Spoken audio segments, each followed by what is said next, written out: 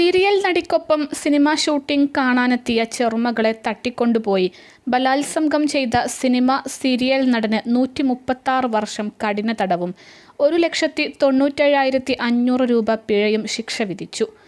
കങ്ങഴ കടയിനിക്കാട് കോണേക്കടവ് ഭാഗത്ത് മടുക്കക്കുഴി വീട്ടിൽ MK റജിയെയാണ് Erattupetta fast track പ്രത്യേക കോടതി ശിക്ഷിച്ചത്.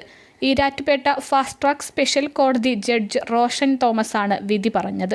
പ്രതി പിഴയടച്ചാൽ 1,75,000 രൂപ അതിജീവിതക്ക് നൽകുന്നതിനും ഉത്തരവായിട്ടുണ്ട്. ഇന്ത്യൻ ശിക്ഷാ നിയമത്തിലെയും പോക്സോ ആക്ടിലെയും വിവിധ വകുപ്പുകൾ പ്രകാരമാണ് ശിക്ഷ വിധിച്ചത്.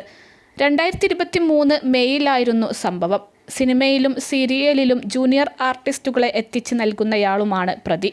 സിനിമാ ചിത്രീകരണത്തിനെത്തിയ മുത്തശ്ശിയുടെ കൂടെ ഷൂട്ടിംഗ് കാണാനെത്തിയതായിരുന്നു പെൺകുട്ടി.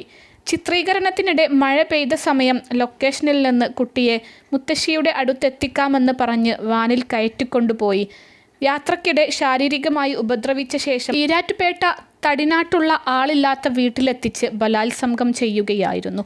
അവശയായ പെൺകുട്ടിയെ ചങ്ങനാശ്ശേരിയിലെ ആശുപത്രിയിൽ പ്രവേശിപ്പിച്ചതോടെയാണ് സംഭവം പുറത്തായത്.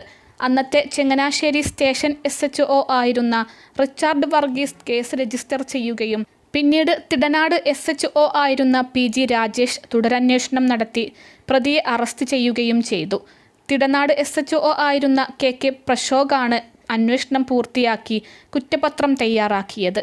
പ്രോസിക്യൂഷന് വേണ്ടി special public prosecutor advocate Jose Mathew തയ്യൽ ഹാജരായി.